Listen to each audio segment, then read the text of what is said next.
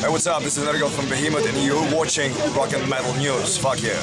Hey guys, this is Ron from YouTube's Rock and Metal News, and these are our top picks of best metal albums of 2021. We have 30 of them for you. There are tons more, but we kind of narrowed our picks down to 30, and I'll talk a little bit about some, but let's get to it.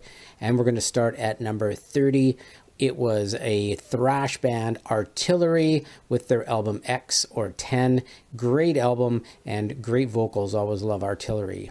Number 29 was The Dead Daisies, and the album was Holy Ground.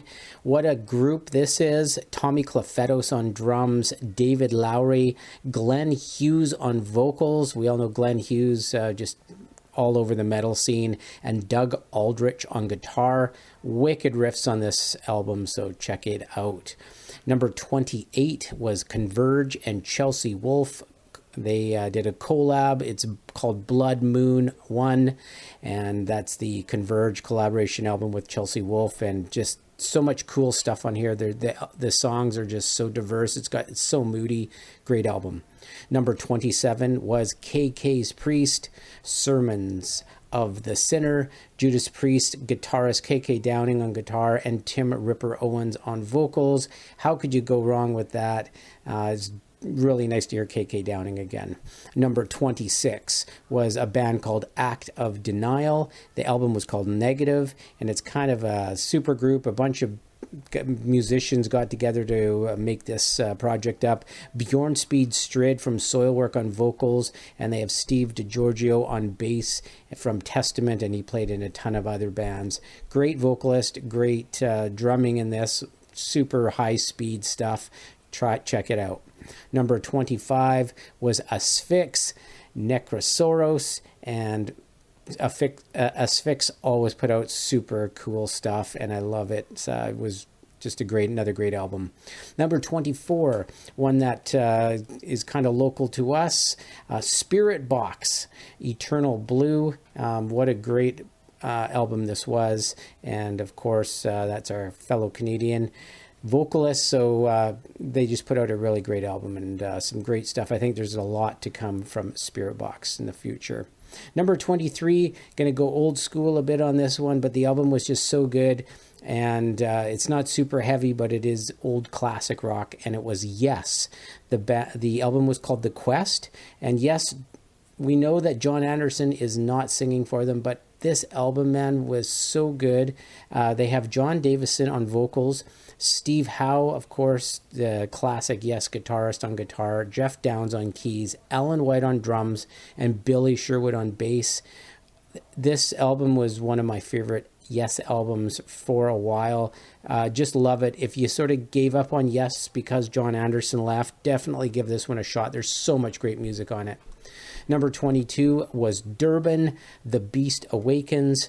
Durbin, we know, was the vocalist for Quiet Riot for a while. He came fourth place in American Idol years back, and he put out a classic kind of old school rock kind of heavy album, and you got to check it out. Pretty cool stuff. Great vocalist.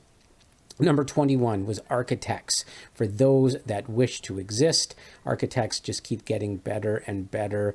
Their sound's more polished than that, but I mean, they just keep getting better each album. And I remember seeing these guys years back in some of the old concerts and stuff, and they are just really just moving through the ranks for sure. Number 20 was Dream Theater, A View from the Top of the World.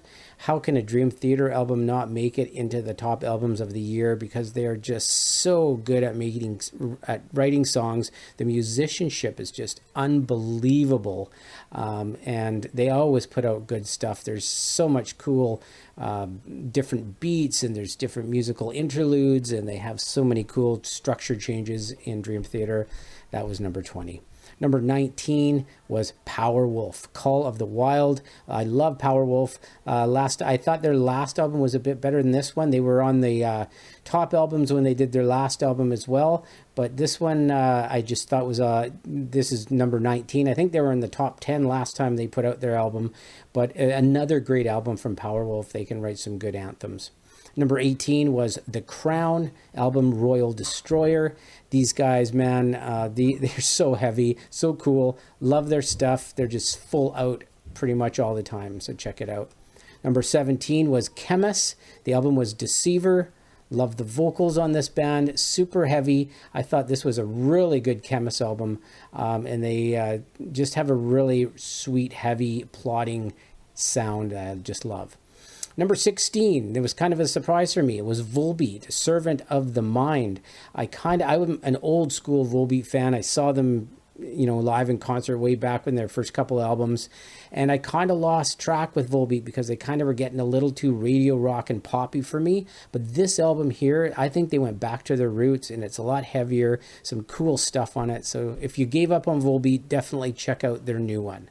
Number 15 was Todd La Torre, Rejoice in the Suffering. Of course, he's the now current Queensryche vocalist. This guy can do everything.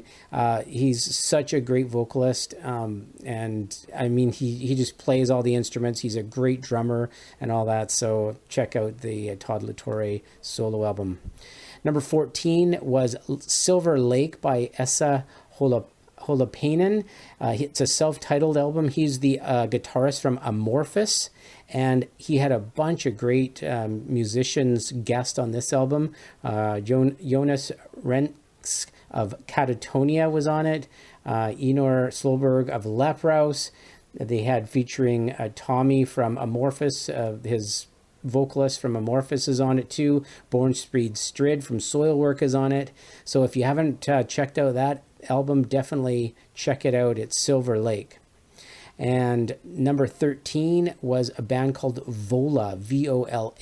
The album is called Witness. Super cool stuff. I bet you a lot of people haven't heard this band. If you haven't, definitely check them out. They're like super kind of heavy prog. They almost like a little bit of like Animals as leaders with vocals, and really good album. Number 12, we're going back to the old school thrash, Flotsam and Jetsam. The album was Blood in the Water. I was a big time Flotsam and Jetsam fan all the way back when Newstead used to be in the band, and they put out another great album. The vocals are still killer.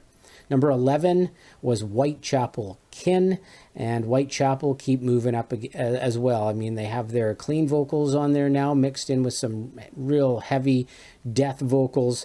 But I love their diversity now, and I love their lyrics and their song topics and that, and just a great album from Whitechapel. Number 10, we're going with Exodus, Persona Non Grata. Man, did they ever put out a super heavy album this time. Exodus is always heavy, but this one is super heavy. Love the new Exodus. Number 9, it was Trivium, In the Court of the Dragon. One of the best drummers in the business now. They kind of struggled with some drummers, Trivium, but now they have definitely found one of the best in the business, and they put out another great album, and just so much more from Trivium coming, that's for sure. Number 8 was Carcass, Torn Arteries. I love Carcass. We're so glad that they're still around. They always debate whether they're going to put out a new album, and they have put out. The last two have just been great. So number 8 was Carcass. Number 7 was Mastodon, Hushed and Grim. Mastodon, of course, they've really came together. They have 3 great vocalists, and they write just amazing songs. And I love Bron Daler's vocals, as well as Brent Hines and Troy Sanders. They're all so different in their vocal styles, and they put out another great album.